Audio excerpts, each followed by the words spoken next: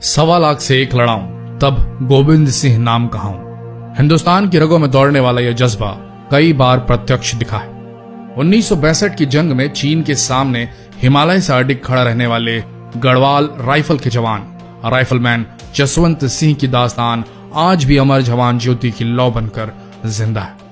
उत्तराखंड के एक छोटे से गांव का जवान चीन के लिए नासूर बन गया था। साल 1962 में हुई चीन और भारत की लड़ाई के बारे में कौन नहीं जानता। इस जंग में चीनी सेना अरुणाचल के सेलाटॉप के रास्ते हिंदुस्तानी सरहद पर सुरंग बनाने की कोशिश कर रही थी। उसे गुमान था कि दूसरी तरफ भारतीय सैनिकों को मार गिराया गया है। तभी सामने के 5 बंकरों से आग और बारूद के ऐसे शोले निकले जिसने चीनी सेना के 300 जवानों को देखते ही देखते ढेर कर दिया था। चीनी फौज सख्ते में आ गई कि न जाने सामने हिंदुस्तान की कितनी बड़ी बटालियन तैनात है।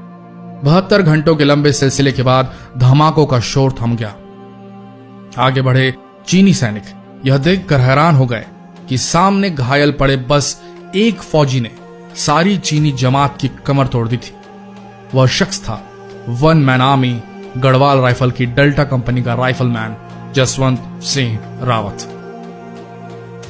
कौन है राइफलमैन जसवंत सिंह? जसवंत सिंह जब 17 साल की उम्र में पहली कोशिश में फौज में भर्ती नहीं हो पाए तो हार नहीं मानी। उन्होंने फिर कोशिश की और बतौर राइफलमैन सेना में भर्ती हुए। उत्तराखंड के पौड़ी गढ़वाल में जसवंत सिंह रावत का जन्म हुआ था। उनकी मां ने भले ही बचपन में उन्हें हरबला से बचाने के लिए काला टीका लगाया हो, लेकिन वह खुद ऐसे महावीर निकले जिनका गौरव अजर अमर रहा। बहादुरी से चीनी सेना भी प्रभावित हुई। कहा जाता है कि चीनी सैनिक उनके सिर को काट कर ले गए। युद्ध के बाद चीनी सेना ने उनके सिर को लौटा दिया। अकेले दम पर चीनी सेना को टक्कर देने के उनके बहादुरी भरे कारनामों से चीनी सेना भी प्रभावित हुई थी और पीतल की बनी रावत की प्रतिमा भेंट की थी।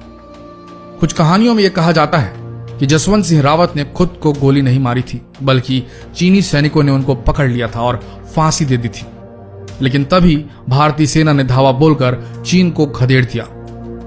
आज भी अरुणाचल प्रदेश को हासिल करने का चीन का सपना उसके अपने बनाए काल्पनिक नक्शे तक सिमट कर रह गया है। सम्मान जिस चौकी पर जसवंत सिंह ने आखिरी लड़ाई लड़ी थी, उसका नाम अब जसवंतगढ़ रख दिया गया है और वहां उनकी याद में एक मंदिर बनाया गया है।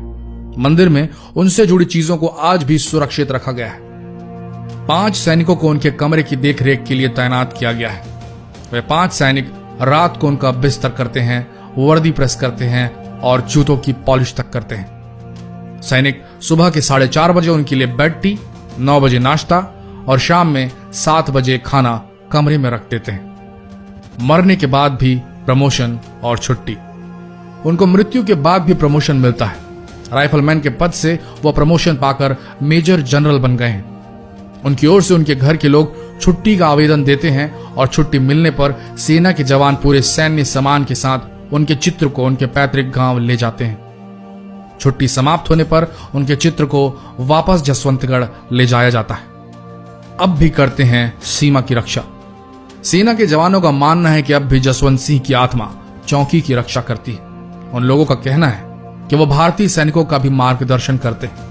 अगर कोई सैनिक ड्यूटी के दौरान सो जाता है तो वे उनको जगा देते हैं।